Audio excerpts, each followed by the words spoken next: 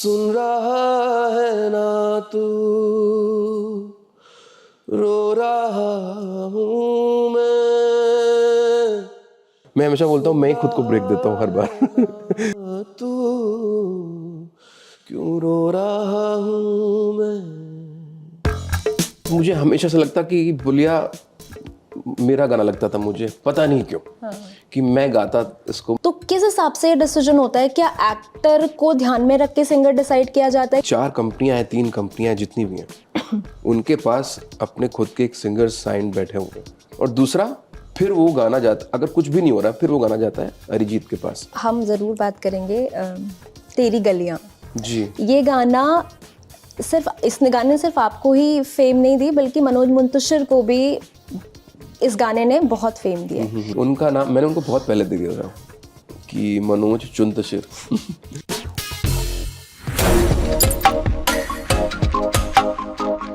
नमस्कार, मैं हूं गरिमा, आप देख रहे हैं लल्लन टॉप सिनेमा। दिल दरबदर, गलियां, सुन रहा है ना तू, ये कुछ ऐसे गाने हैं जो हम आज भी गुनगुनाते हैं। अगर हम इन गानों को सुने तो वापस से इन्हें गुनगुनाने लगते हैं साथ में। ये गाने जिन्होंने गाए हैं वो सिंगर हमारे साथ हैं, अंकित तिवारी हमारे साथ आज स्टूडियो में हैं। बहुत बहुत स्वागत है अंकित आपका स्टूडियो में। बहुत बहुत शुक्रिया। हाँ, सबसे पहले मैं आपसे पूछना चाहूँगी कि अगर हम पुराने गानों की बात करें या फिर जैसे आपके भी कुछ गानों की बात करें, जैसे जो आज भी हमारी ज़ुबान पे हैं, अब ऐसे गाने क्यों नहीं बन रहे? अब सब कुछ बहुत क्षणिक क्यों हो गया है? आते हैं, कुछ दिन रहते हैं गाने, फिर चले जाते हैं। आपको क्या लगता है? देखिए, अभी मैं अपने लिए तो ऐसे नहीं बोल सकता कि मतलब जो मेरे टाइम के गाने थे नहीं, मतलब हम मैं आपका सवाल समझ गया। देखिए, मुझे ऐसा लगता है कि जब आज से करीबन अगर 17 साल पहले, या जब मैं आया था बॉम्बे में, उसके बाद जब मुझे पहला ब्रेक मिला होगा, फिर वो जब गाना आया होगा, ऑफ कोर्स आया था, तो उस दौरान पे यही बातें होती थी कि ये अब तरीका बदल गया है, पहले जैसे गाने नहीं बनते। अब ये आजकल के नए लड़के ये आ गए, ये बना रहे हैं, ऑडियंस धीमे धीमे उनको प्यार देना शुरू करती है। मैं हमेशा से ये इस बात को मानता हूँ कि अगर कोई आर्टिस्ट है और वो काम कर रहा है, उसको लोग पसंद कर रहे हैं, तो उसकी अपनी एक ऑडियंस तैयार है जो उसके लिए खड़ी है, उसका एक जॉनर है। और अगर हम किसी भी आर्टिस्ट का नाम लेते हैं और बोलते हैं कि यार इसके गाने ऐसे हैं वैसे, लेकिन सुन रहे हैं ना, मतलब आजकल तो नंबर्स की बात होती है कि उस ऐप पे इतने नंबर्स हैं, उसके यूट्यूब पे इतना ऐसा हो रहा है ना, इतने व्यूज़ आ रहे हैं, और पीठ पीछे फिर ऐसी बातें होती हैं। तो कुल मिला के म्यूज़िक बदलता रहता है, वहाँ पे अगर हम एक चीज़ को पकड़ के रुक जाएं कि यार ये मैंने बनाया, ये चला है, मैं यही करूँगा, तो होगा नहीं कुछ, मतलब आप वहीं रुक जाएंगे।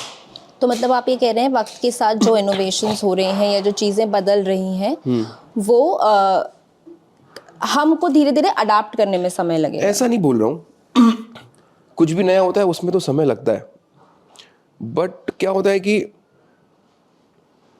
ये कोशिशें अलग अलग आर्टिस्ट करता है। अगर ऐसा नहीं होगा तो कोई नया आ ही नहीं पाएगा, किसी की एंट्री नहीं होगी। मैंने कुछ करने की कोशिश की, 2 चीज़ें हो सकती थी, एक तो चलता या नहीं चलता। वो चला, एक्सेप्ट किया, और लोगों ने प्यार दिया, तो वो तभी हुआ कि जो शायद मैं थोड़ा सा कुछ अलग, लोगों को अलग ही तो लगा होगा ना उस वक्त पे, कुछ नया साउंड आया, कुछ नई आवाज़ आई, नया थॉट आया, तो वो एक तरीका है। बाकी फिर यार, मतलब अगर आप बोलते हैं कि हिट की बात करें, तो कहीं पे कोई बैठा लड़का अगर ऐसे ही गा के कुछ डाल देता है, वो चल जाता है।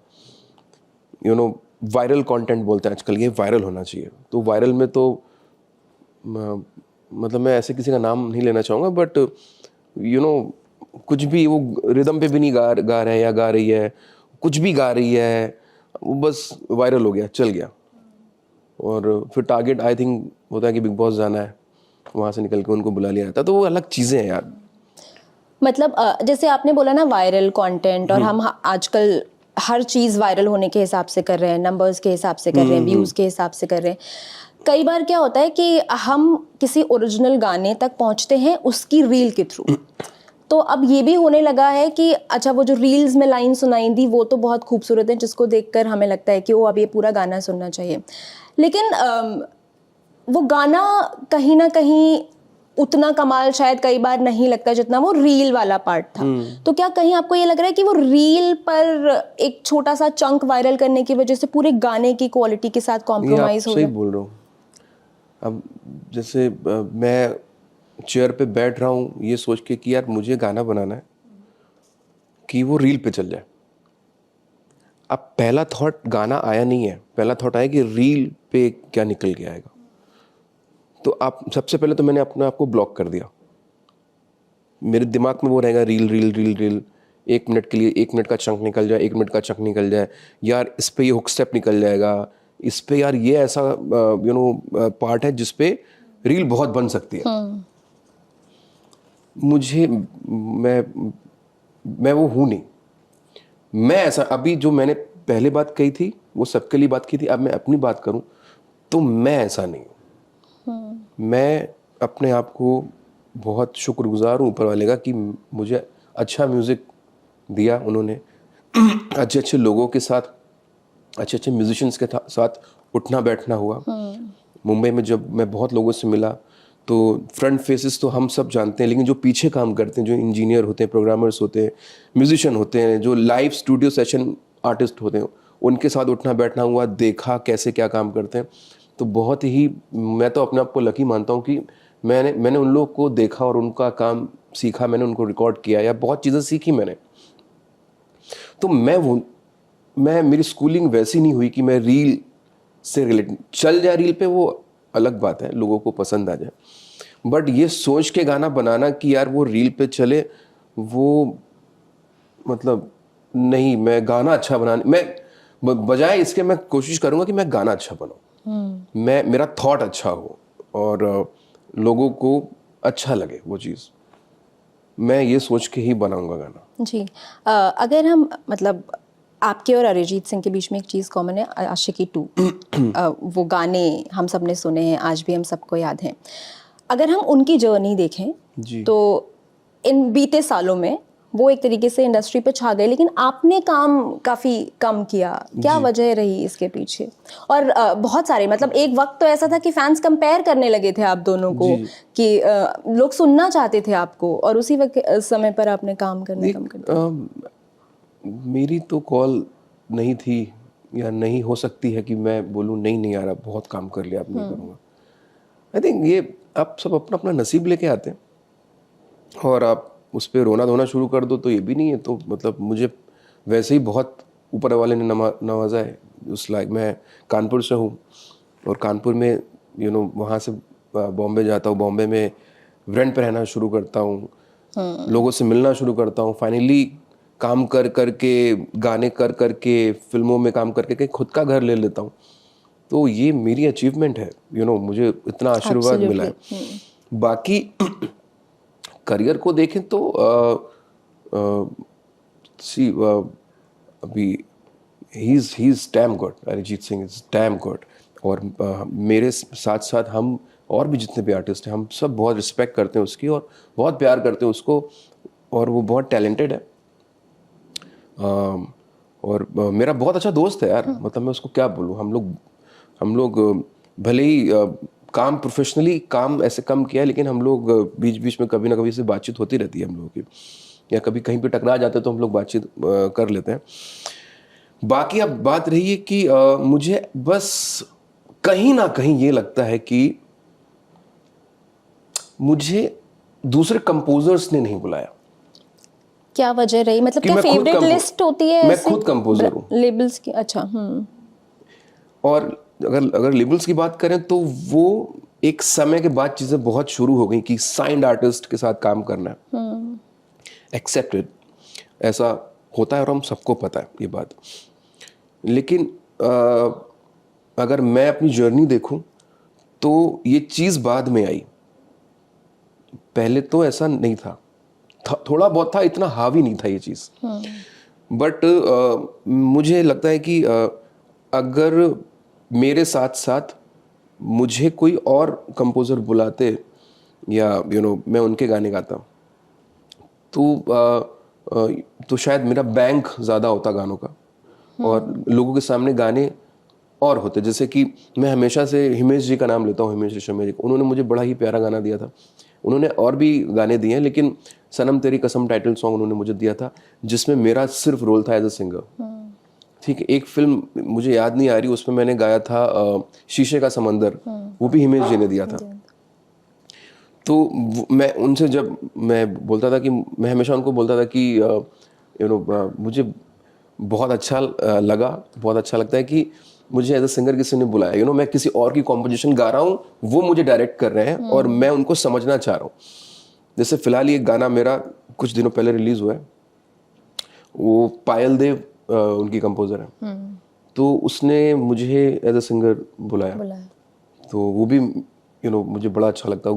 गाने का नाम है मोहब्बत बुला रही है, अभी रिलीज हुआ है। 2 लाइनें गुनगुना दें अगर आप हमारे मैं दर्शकों अभी हाँ ज़रूर गुनगुनाता हूँ। मैं उसके बारे में बस ये बताना चाहूँगा कि जैसे कि मैं अपना गाना गा रहा हूँ, तो मैं अपना गाना गा रहा हूँ, मुझे पता है कैसे कैसे क्या है। अब मैं आपका गाना गा रहा हूँ, तो आप मुझे डायरेक्ट कर रहे हो। अब जब आप मुझे डायरेक्ट कर रहे हो, तो शायद मेरी कुछ चीज़ें ऐसी हैं जो आप बोलोगे अंकित इसको ऐसे ना करके ऐसे करो, तो वो चीज़ अलग निकल के आती है। आप समझ रहे हो मेरी बात? समझ रही हूँ। हर एक सिंगर 5 कंपोजर के गाने गाएगा, तो वो 5 कंपोजर दिखेंगे उस गाने में, भले वो एक ही सिंगर है। आप समझी? बट अलग अलग चीजें होंगी, अलग हाँ, अलग मतलब कि मैं विशाल चक्र का गाना गाऊंगा तो वो नजर आएगा। वही गाना मैं प्रीतम दा के लिए गाऊंगा, उनका गाना, तो वो नजर आएगा प्रीतम दा। वही गाना मिथुन का कोई गाना गाऊंगा या और अलग अलग कंपोजर्स, तो वो दिखेगा कि अच्छा ये कंपोजर का गाना है। तो उसमें क्या होता है, 5 कंपोजर, एक सिंगर, बट उसकी 5 डिफरेंट स्टाइल दिख जाती है, तो भी ऑडियंस के लिए अच्छा होता है। वो मेरे साथ नहीं हुआ, मैं ये बताना चाह रहा हूँ कि वो मैं हमेशा बोलता हूँ मैं ही खुद को ब्रेक देता हूँ हर बार। खुद ही वो कुआं खोद के पानी निकाल के वही हमेशा ऐसा करना पड़ता। बट थैंक्स टू दोस्त कंपोजर्स जिन्होंने मुझे मुझे बुलाया एज ए सिंगर, और जिसमें से हिमेश जी हैं, हिमेश रेशमिया जी, और को ने भी मुझे 1-2 गाने मैंने गाए उनके लिए, और सचिन गुप्ता एक कंपोजर, उनके लिए मैंने गाया था। और क्या नाम है इसका, अरे गौरव दास गुप्ता, उनके लिए भी मैंने गाया है। अभी मैंने पायल देव के लिए गाया है। तो और कंपोजर्स मैं भूल रहा हूँ नाम, मतलब शायद याद नहीं हो, बट मैं ये ज़रूर कहना चाहूँगा कि मैं गाना चाहता हूँ, मैं और कंपोजर्स के लिए गाना चाहूँगा। मैं चाहता हूँ कि वो मुझे मतलब बुलाएं कि एक बार ट्राई कर सकते हैं मेरा वोकल। वो हुआ नहीं है, मतलब वो रह गया है मेरी लाइफ में। मैं चाहता हूँ, मेरी इच्छा है कि वो पूरी हो। तो वो कसक है, वो है कि मुझे मैं ये जैसे मुझे हमेशा लगता है, हमेशा से लगता है वो गाना क्या नाम है उसका, भूल जाता हूँ। बुलिया का सिंगर कौन है, अगर मुझे बताएं? हाँ, अमित मिश्रा। अमित मिश्रा बहुत अच्छा मेरा दोस्त भी है, छोटे भाई जैसा है। बट मुझे हमेशा से लगता कि बुलिया मेरा गाना लगता था, मुझे पता नहीं क्यों। कि मैं गाता इसको, मैं होता ना कि आप सुन रहे हो गाना तो इसको लगता है यार मैं गा सकता था इसको, मैं ऐसा कर सकता था यार, अच्छा मैं इसको ऐसे कर सकता था। नो डाउट उसने बहुत अच्छा गाया है, लेकिन मैं अपना पॉइंट ऑफ व्यू रख रहा हूँ। जैसे मैंने गाया नहीं है उसको, तो मैं अपना पॉइंट रख सकता हूँ कि यार ऐसा हो सकता था कि मैं अच्छा निभा सकता था, मैं अच्छा गा सकता था। तो ऐसा है कि मुझे ऐसा हुआ नहीं मेरी लाइफ में, तो उसका इंतजार है, होपफुली कि आगे हो। मुझे आपसे एक और चीज़ समझनी है अंकित, जैसे आप कंपोज़र भी हैं, तो कई बार जैसे जब गाने बनते हैं या जो म्यूज़िक डायरेक्टर्स होते हैं जब वो गाने बनाते हैं और वो ये डिसाइड कर रहे होते हैं कि इस गाने के लिए कौन सिंगर फिट बैठेगा, तो किस हिसाब से ये डिसीजन होता है? क्या एक्टर को ध्यान में रख के सिंगर डिसाइड किया जाता है? क्या ये भी एक क्राइटेरिया होता है कि किसकी आवाज़ किससे मैच करेगी, या सिंगर्स अपनी आवाज़ को थोड़ा सा मॉड्यूलेट करते हैं जब किसी एक्टर के लिए गा रहे होते हैं? ये पूरा formula how does it work? ये वक्त चला गया एक्चुअली, आप जो कह रहे हैं ओके, ये रह नहीं गया। अब क्या होता है? अब होता है कि 4 कंपनियां हैं, 3 कंपनियां हैं, जितनी भी हैं, उनके पास अपने खुद के एक सिंगर साइन बैठे हुए हैं। गाना बना, गाना आपने स्क्रैच डब किया, किसी से कराया, वो वहाँ जाएगा, फिर फाइनली उसकी आवाज़ हट जाती है और जो साइंड आर्टिस्ट होते हैं वो उस गाने को गाते हैं। तो अभी पिछले 5-6 साल, 8 साल अगर मैं पकड़ के चलूँ तो अभी ये 2 चीज़ें हो रही हैं। एक चीज़ ये हो रही जो मैंने अभी आपको बताया कि गाना बना, स्क्रैच बना, डब हुआ, लिखा गया और फाइनल गा दिया, तुमने गा दिया मान लो, आवाज़ आगे गई आगे, और सुन के हाँ उसके काम करो, आवाज़ बदल के उसको कर दो, साइंड आर्टिस्ट है, साइंड आर्टिस्ट है। तो आपकी आवाज़ हटी और वो डब हो गया। और यू नो, या तो कंपोज़र बहुत वैसा है तो आपको पहले बता दिया कि यार आपकी आवाज़ नहीं है, हटा दी गई है। या कंपोज़र को लगता है कैसे बोलें, तो फिर रिलीज़ के बाद पता चलता है कि यार ये तो मैंने गाया था। ठीक है। और दूसरी चीज़ इसके बाद ये होती है कि एक तो ये होता है, और दूसरा फिर वो गाना जाता, अगर कुछ भी नहीं हो रहा फिर वो गाना जाता है अरिजीत के पास कि वो उनको गाते हैं, क्योंकि वो कैसी भी सिचुएशन में वो गाने को बड़ा अच्छे से संभाल के और गाने को कितना खूबसूरत बनाया जा सकता है वो उसको वैसे गा के भेजते हैं, और वो पसंद ही आता है ऑफ कोर्स, क्योंकि वो मैंने बोला वो कमाल गाते हैं। यही 2 चीज़ हैं अभी कि आप अभी क्यों, अब इससे भी एक सवाल पैदा होता है, अभी क्यों नॉन फिल्म इतना बढ़ गया है, हर इंडिपेंडेंट आर्टिस्ट आ गए सामने, क्यों? क्योंकि ये जो एक अलग स्ट्रगल है, या तो आप किसी लेबल के साथ साइंड है या फिर आप इंडिपेंडेंटली, और लेबल भी ऐसे साइन थोड़ी करेगा, नहीं करेगा। वो भी बहुत सोच समझ के डिसीजन लेके साइन करते हैं। तो अब आपने खुश कर दिया डायरेक्टर को, आपने औरों को खुश कर दिया, लेकिन आगे जाके आपकी आवाज़ ही मतलब रिप्लेस हो गई है। तो वो क्या कर रहा है कि ठीक है भाई हो गया, अब मैं नॉन फिल्म, मेरा खुद की डिसीजन, मेरा गाना, मेरा थॉट, ऐसा ऐसा ऐसा। अब उसने जिद, इसमें भी बहुत सक्सेसफुल रिजल्ट हैं और फेलियर भी हैं, लेकिन उसमें भी जो फेलियर है वो भी ये सोचते हैं कि मैं फेलियर हूँ ना, मैं करता जाऊँगा। करते करते करते कुछ एक क्लिक हो जाता है, कुछ 2 क्लिक हो जाते हैं, उसके बाद चीज़ें बदल जाती हैं। तो अगर आप गौर फरमाएं तो आप देखेंगे कि इंडिपेंडेंट आर्टिस्ट आज के टाइम पे बहुत सारे आ चुके हैं, जिनको फ़र्क नहीं पड़ रहा है कि मैं अपना एक सिचुएशन पे गाना बनाऊंगा, उसके बाद पिच करूंगा, और पिच करने के बाद क्या होगा, कैसे, उनको बनाया गाना और किया। जिनको वो मैथमेटिक पता है कि कैसे क्या करना है और गाना रिलीज़ करना है और वो रिलीज़ कर देना है, इंडिपेंडेंट आर्टिस्ट की बात कर रहा हूँ, नॉन फिल्म की बात कर रहा हूँ, वो कर रहे हैं और वो खुश हैं उसमें, और मतलब दे आर डूइंग गुड। हम अरिजीत की बात कर रहे थे, अभी आपने अरिजीत का जिक्र भी किया जी। अरिजीत को रियलिटी शो से रिजेक्शन मिला, वो वीडियो भी बहुत वायरल होता है, वो कई रियलिटी शोज में उन्होंने हिस्सा लिया। उसके बाद उन्होंने अपने एक इंटरव्यू में कहा था कि उन्होंने अपनी आवाज़ को बहुत तोड़ा है, मतलब उन्होंने उस पर बहुत काम किया है। मैं आपसे ये सवाल इसलिए पूछ रही हूँ क्योंकि आज जो आवाज़ हम अरिजीत की सुनते हैं और जब आप उनसे पहले मिले थे तब में और अब में कितना डिफरेंस आया है, तब वो कैसे हुआ करते थे और आज? देखिए, मेरी मुलाकात उनसे है आशिकी 2 के दौरान, और वो भी मतलब आने जाने पे मिलना। अच्छा। कि उसकी डबिंग खत्म हुई है, अब मैं जा रहा हूँ डब करने, फाइनल मास्टर हो रहा था आशिकी 2 का। तो मैं हम 3 कंपोजर्स थे ना, जीत दादा, मैं और मिथुन।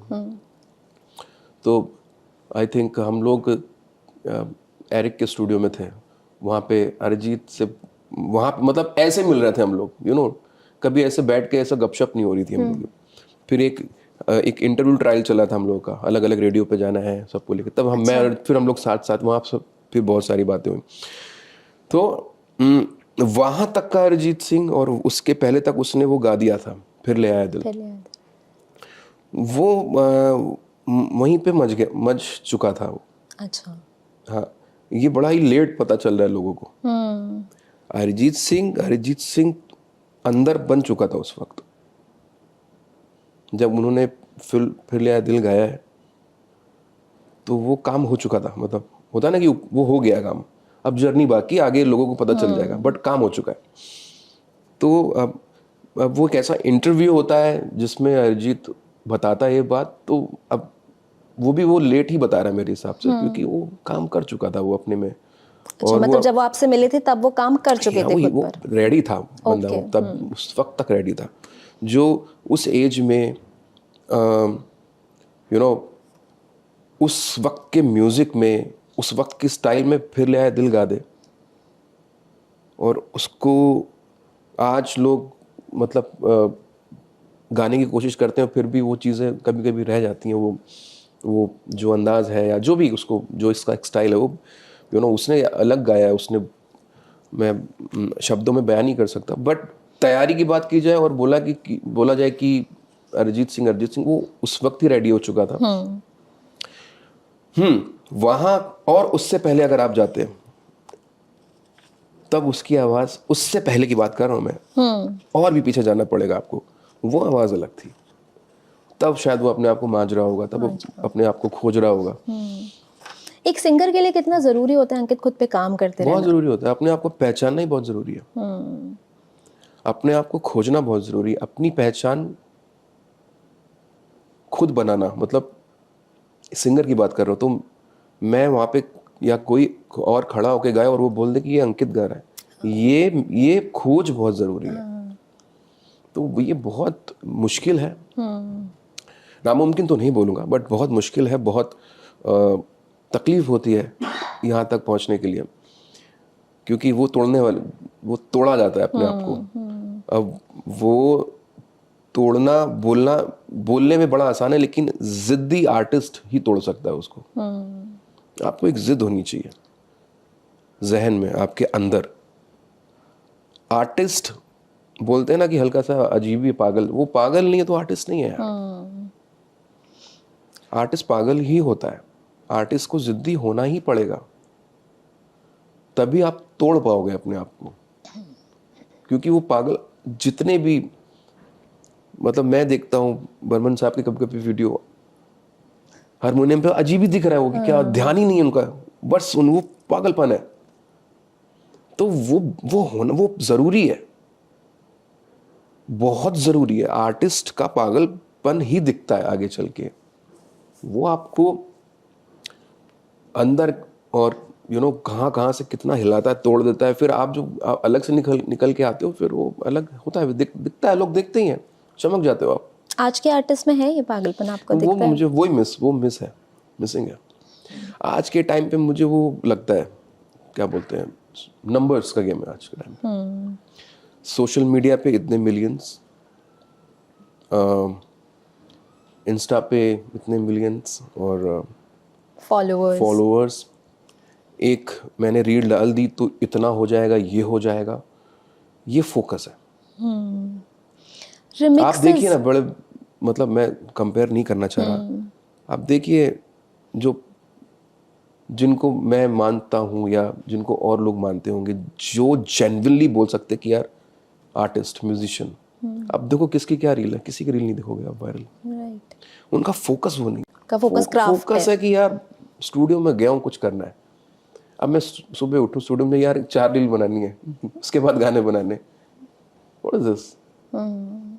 तो इससे क्राफ्ट तो कॉम्प्रोमाइज होता है 100% यार। आप और मैं ये नहीं कह रहा हूँ कि रील बनाना, यूट्यूबर वो खराब बात है।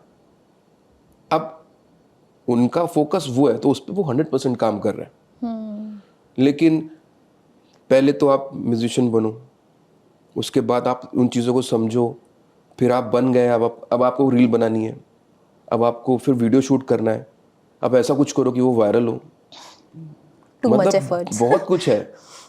मैं ये सोचता हूँ कि अगर मैं पूरे एक दिन में अच्छा गाना बना लिया ना, वो मेरी अचीवमेंट है, मेरी सबसे बड़ी अचीवमेंट। मैं स्टूडियो जाऊं, काम करूं, और जब शाम को वापस निकलूं और मैं कुछ अचीव ना कर पाऊं, तो मेरे लिए मेरे को मतलब अंदर दिल मेरा छोटा हो जाता है। तो मेरी रील, मेरा यूट्यूब, मेरा गाना है कि मैं जाऊं, एक बहुत प्यारा सा थॉट, वो गाना बनाऊं, और दिल को बड़ा सुकून मिले कि यार ऐसा ऐसा है, ताकि वो गाना मैं आगे जाऊं, वो मैं पिच कर पाऊं, लोगों को पसंद आए। जैसे कि मैं अभी आपको बताना जा रहा हूँ कि मैंने और अरिजीत ने कम काम किया है ज़्यादा साथ में, बट अभी हम लोग एक सिंगल कर रहे हैं साथ में, जो कि मेरे यूट्यूब चैनल पे आएगा। अगेन नॉन फिल्म, बट ये बहुत ही हमारा नॉन फिल्म पहला कोलैबोरेशन है। और मैं इतना बोल सकता हूँ कि ऐसा गाना लोगों ने सोचा नहीं होगा कि मैं बनाऊंगा, वो गाना ऐसा है। तो वो टिपिकल अंकित तिवारी की आएगा ऐसा वो रोमांटिक जॉनरे नहीं बिल्कुल है। नहीं, बिल्कुल नहीं है, ये एक बिल्कुल भी hint नहीं है। ले लेते हैं हम। वो गाना बहुत मतलब मुझे ऐसा लगता है कि मैंने अपने आप को एक्सप्लोर किया है उस गाने में, और अरिजीत ने भी उसको एक्सप्लोर किया है जिस तरह से उसने गाया है। और वो जल्दी जल्दी सामने आएगा। तो कुल मिला के मैं एक ईपी कर रहा हूँ जिसमें मेरे कुछ सिंगल्स गाने हैं और कुछ कोलैबोरेशन है। ओके, और किस किस के साथ कोलैबोरेट कर रहे हैं? एक तो मैंने अभी इनके साथ किया है, अरिजीत के साथ। बाकी आर्टिस्ट हम बातचीत चल रही है, बट वो ऐसे ही करना है मुझे। हाँ। अब गाने की मेकिंग की प्रोसेस की हम बात कर रहे हैं तो हम ज़रूर बात करेंगे तेरी गलियां जी। ये गाना इस गाने ने सिर्फ आपको ही फेम नहीं दी, बल्कि मनोज मुंतशिर को भी इस गाने ने बहुत फेम दिया है। क्या कहानी है इसके बनने के पीछे की? कैसे ये लगा कि ये गाना बनना चाहिए? कैसे आपने मनोज को कॉल एक्चुअली किया? क्या हुआ था कि आशिकी 2 की सक्सेस पार्टी थी, तो वहाँ पे मैं था। तो सक्सेस पार्टी चल रही थी आशिकी 2 की, और वो सब बातचीत हो रही थी कि ऐसा यार गाने बहुत चल गए, फिल्म लोगों ने बहुत पसंद की। मेरा पहला चला था तो सब कह रहे थे अंकित यार क्या गाना है, ऐसा ऐसा बहुत तारीफ कर रहे थे। तो उधर में वहाँ पे मोहित था, तो मोहित ने मुझे बोला कि यार मेरी अगली फिल्म है, उसके लिए ना एक। अच्छा, सबसे पहले मैं एक बता दूं कि मोहित के साथ जो भी मैं काम करता हूँ, कभी भी ऐसा नहीं हुआ है आज तक कि मोहित सूरी ने मुझे सिचुएशन दी और उस पर मैंने गाना बनाया। नहीं, वो मैं गाना बनाता हूँ, उनके पास जाता है, फिर वो उसको फिट करते हैं। फिट करते हैं या वो ऑटोमेटिक फिट हो जाता है, वो मैं नहीं बता सकता, क्योंकि तो गाना बनाने से पहले कुछ तो पता कुछ होता नहीं होगा, पता। बस गाना बनाना है। हाँ, तो अभी मेरी जो बातचीत मतलब जो मैं मोहित के साथ जो नेक्स्ट जिस पे काम कर रहा हूँ, कुछ नहीं पता है मुझे। और वो हमेशा बोलता है कि तेरे को कुछ नहीं बताऊंगा। एक्चुअली एक से दो बार जब उन्होंने बताया है मुझे, वो मेरा गाने लॉक नहीं हुए। अच्छा। जैसे हमारी दूरी कहानी फिल्म थी, उसमें उन्होंने सिचुएशन दी थी कि अंकित ऐसा गाना चाहिए। एक और फिल्म थी, फिर सिचुएशन दी थी ऐसा गाना चाहिए, वो हुआ नहीं। तो कहता कि तेरे को सिचुएशन नहीं बताऊंगा भाई, तू बना के ला। तो मैं हमेशा, अभी मुझे नहीं पता वो क्या सिचुएशन है, बिल्कुल नहीं पता। तो ऐसा ही होता है। तो सेम चीज वहां पे थी, सुन रहा है तू भी यही है। ऐसा लगता है कि एकदम सिचुएशन पे गाना है, बना है, और एकदम रॉक स्टार गा रहा है, और ऐसा कुछ नहीं है। वो गाना का अगर आप फर्स्ट सेकंड थर्ड वर्जन सुनोगे तो वो है ही नहीं ये। हम लोग ने तो जैसे मुझको इरादे थे की जगह था मौला इरादे दे कसमे दे वादे दे, ठीक है, वो बहुत स्लो गाना था। फिर बाद में इसलिए बोलते हैं कि डायरेक्टर का बहुत बड़ा हाथ होता है एक गाने को प्रेजेंट करने में, कैसा दिखाना चाह रहा है। जो गाना मैंने बनाया था, सुन रहा है ना, तो फिर जो शूट होके वो जो बाहर आया वो अलग, दो अलग गाने हैं वो। तो वो हो गया था। और उसके बाद मोहित ने मुझे बोला था कि अगली फिल्म है, तो फिल्म का उसने बताया था कि ये विलन से रिलेटेड है फिल्म। ऐसी एक फिल्म मैं सोच रहा हूँ। उस वक्त तक नाम विलन नहीं था, बट वो विलन से रिलेटेड थी। तो उसने मुझे सिर्फ इतना बोला था, ऐसी एक फिल्म है विलन से रिलेटेड है, और ऐसा ऐसा मैं सोच रहा हूँ, मुझे एक अच्छा कोई रोमांटिक गाना है तो बताओ, बस कोई सिचुएशन नहीं। तो मैंने कहा ठीक है। और तो मैं भी ऐसा कुछ सोच नहीं रहा था उस वक्त पे। मैं आ गया और थोड़ा इधर उधर जो भी अपना काम था वो कर रहा था। मैं शाम की वॉक कर रहा था अपने घर के नीचे, और मनोज जी टीवी बहुत करते थे। उस दौरान पे वो टीवी बहुत लिखते थे, और मेरा उनसे ऐसी थोड़ी बातचीत होती रहती थी।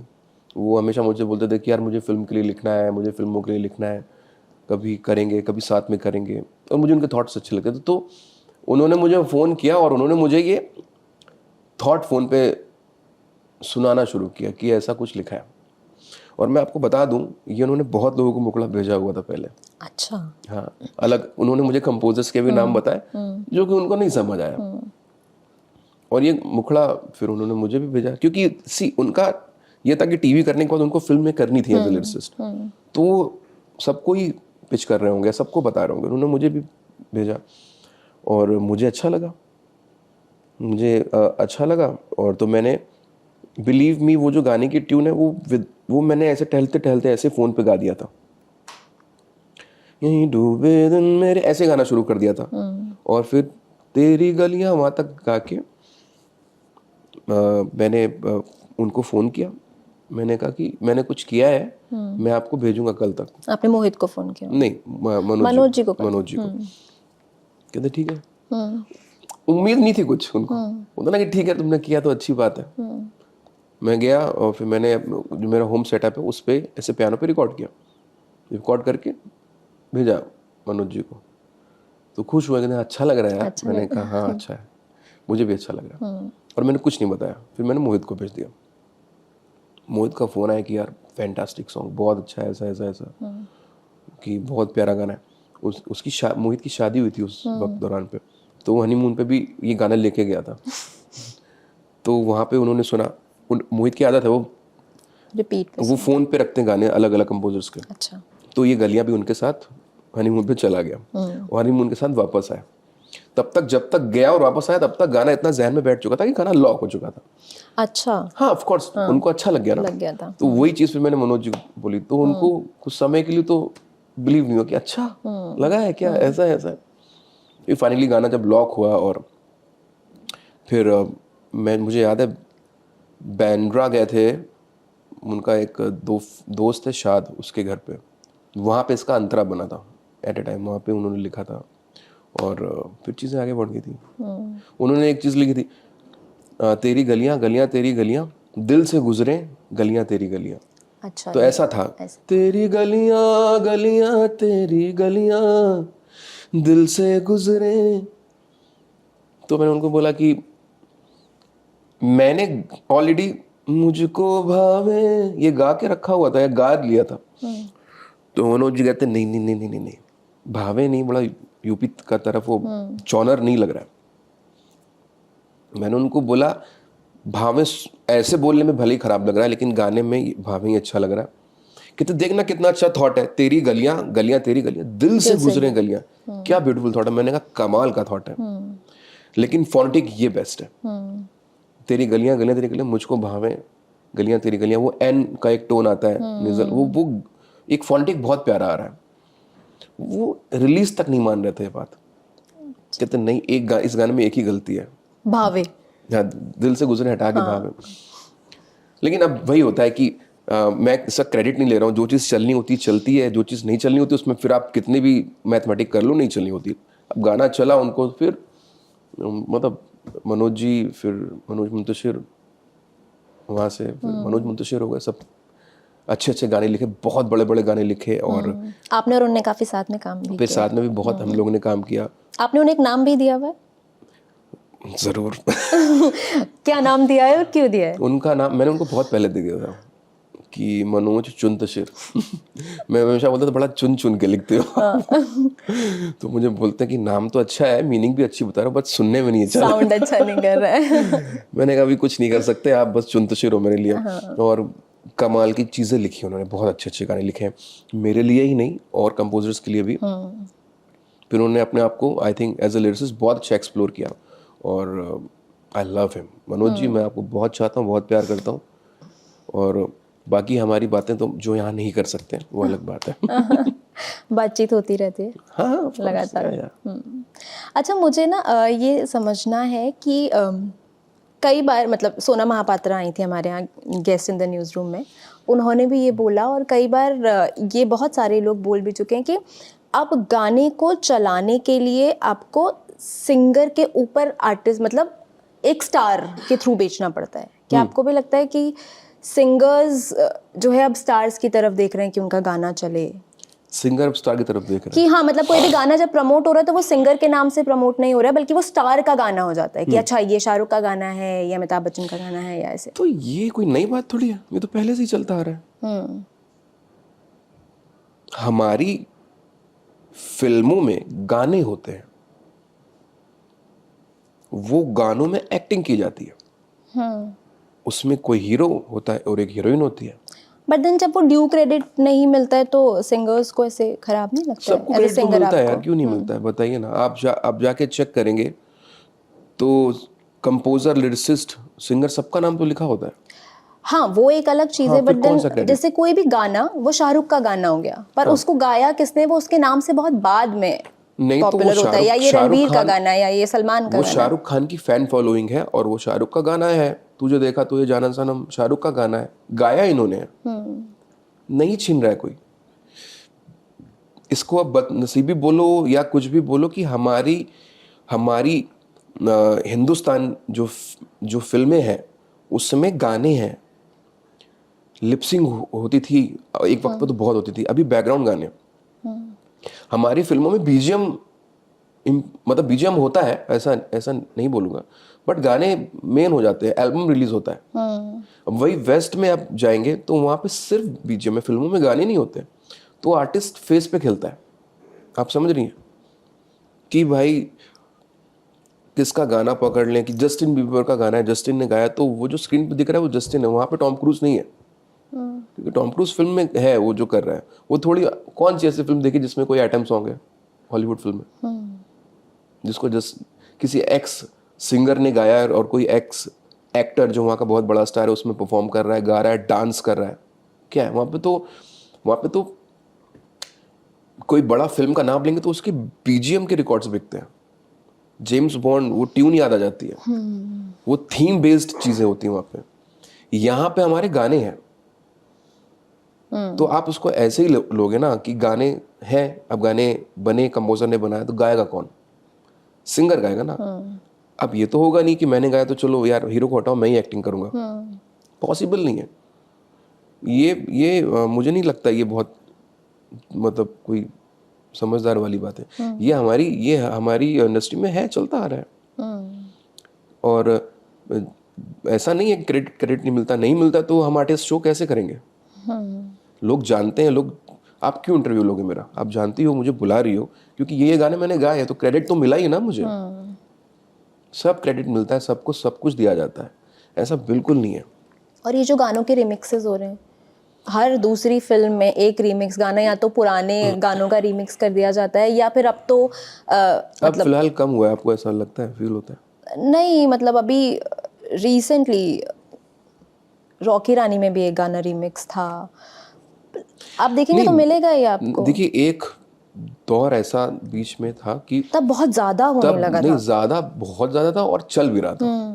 क्या रीजन लगता है आपको? ऑडियंस के एंड पे कुछ है या फिर क्रिएटर्स? ये मुझे हमेशा लगता है कि जो उस सीट पे बैठे ना, जिनको हम प्रोड्यूसर बोलते हैं, वो उनके लिए वो उनका कॉल होता है कि वो गाना था उस वक्त पे ब्लॉकबस्टर, और राइट्स का भी चीज़ें होती हैं इसमें बहुत सारी, कि मैं आपकी कंपनी के साथ हूँ। वो गाना वहाँ से उठाया, लिया, उसको आज का मेकअप किया, उसको गाने को बनाया, इतने टाइम के लिए उसके राइट्स लिए, फिल्म के लिए लिए, जिस चीज़ों के लिए लेना था लिए, और उसको रिलीज़ किया, और वो उस वक्त का ब्लॉकबस्टर गाना आज भी ब्लॉकबस्टर हो गया, ऐसे पकड़ लो, और वो चल गया। ये मैं बता रहा हूँ कि जब बहुत सारे ऐसे खूब सारे गाने मतलब इस तरह के आ रहे थे और वही चल रहे थे, बट अभी ऐसा तो नहीं बोलूँगा कि वो दौर ख़त्म हो गया, लेकिन अभी कम हुआ है ऐसे तवज्जो नहीं दी जा रही है।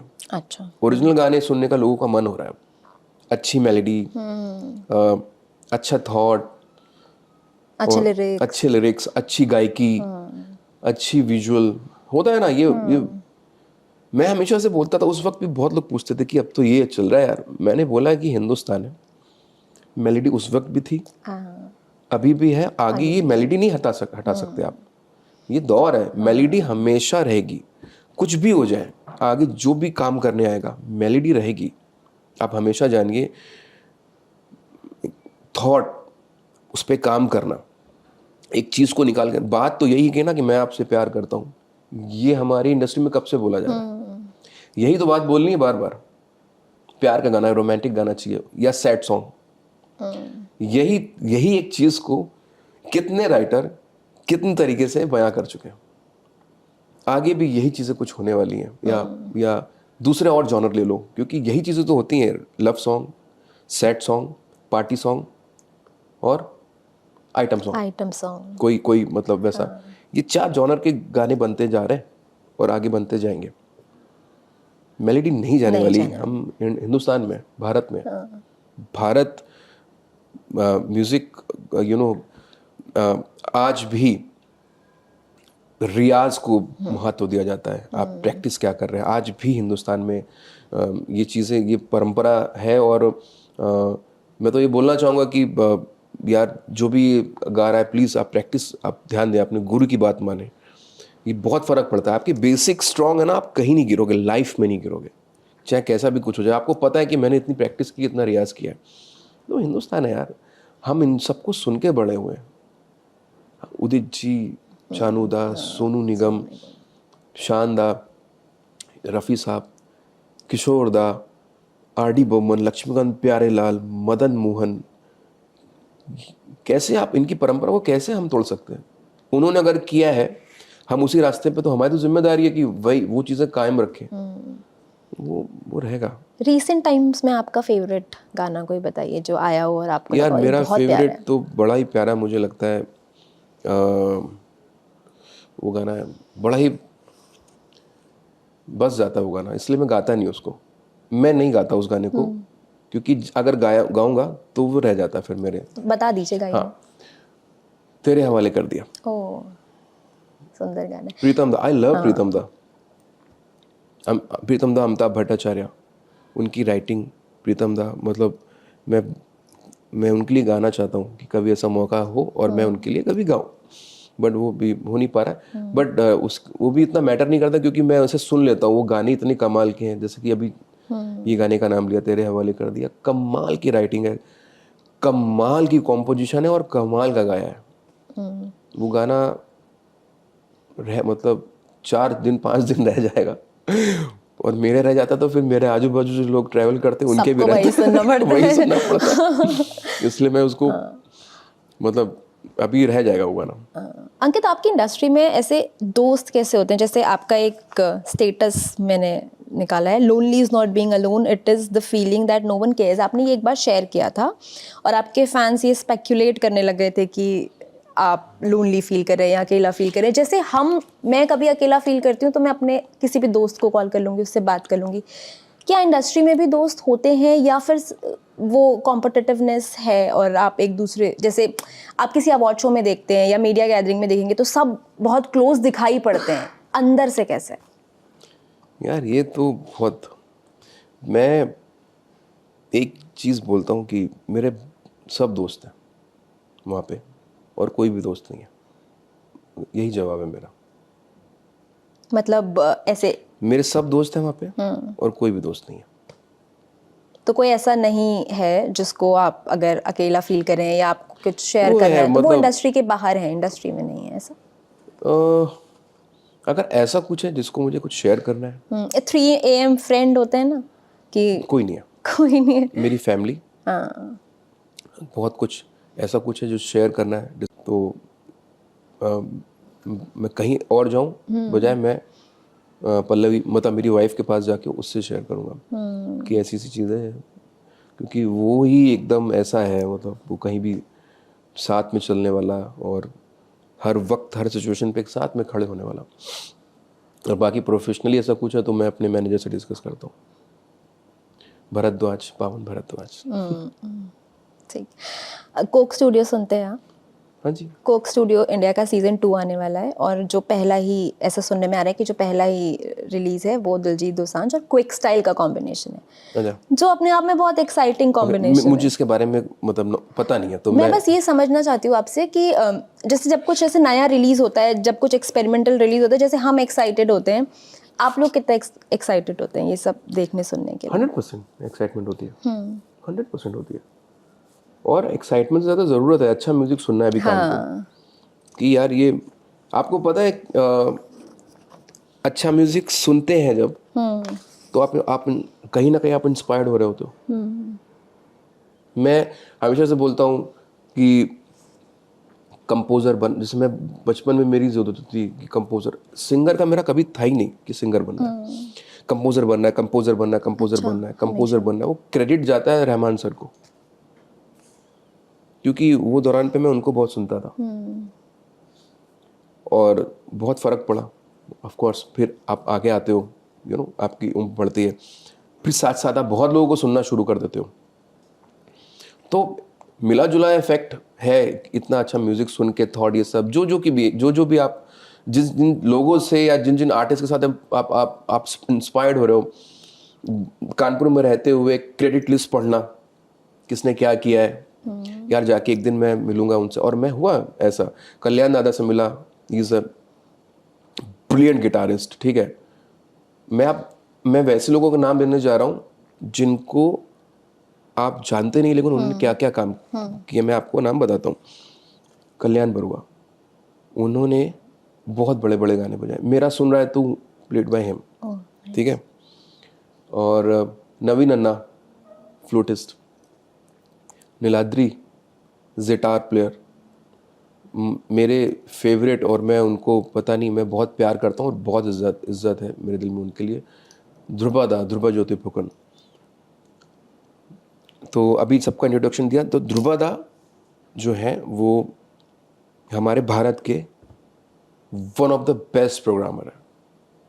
मतलब वो हमारी इंडस्ट्री में वो मजिशियन के नाम से फेमस है कि जादूगर है वो, ऐसे हैं। उन्होंने मेरे प्रोग्रामिंग जो समझता है अरेंजर और प्रोग्राम, तो उन्होंने मेरा सुन रहा है तू किया है, गलियां किया है, तू है कि नहीं किया है, कतरा कतरा किया है, बूंद बूंद किया है, मेरा विलन 2 आया था, शामत, गलियां रिटर्न्स, मलंग फिल्म की थी मैंने अभी वो।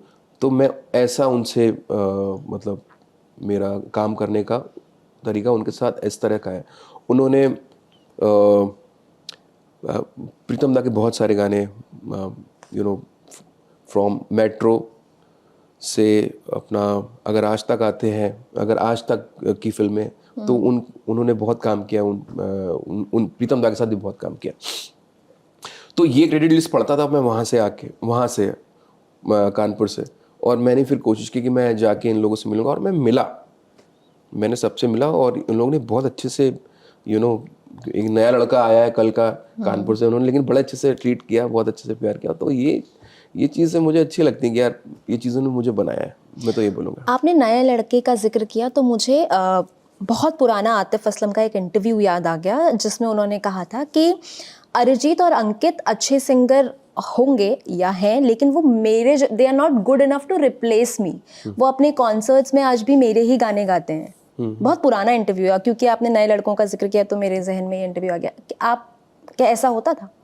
नहीं, मतलब ऐसे तो आतिफ असलम हमारे बॉलीवुड के बहुत सारे गाने गाता है, अपना किशोर दा के गाने गा रहे हैं।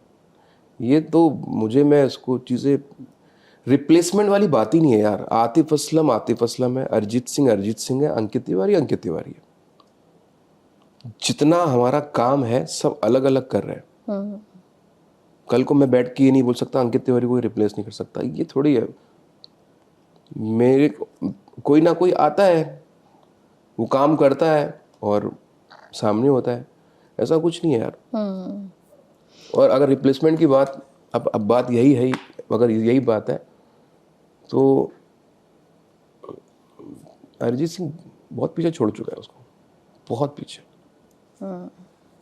हमारे इंडिया का ही हो, और वो जो खेलता है वो फिर अभी कोई नहीं खेल सकता वैसा। आप उठाइए स्पॉटिफाई देखिए, नंबर देखिए, वो कहाँ है, और जिन्होंने ये बात बोली वो कहाँ है।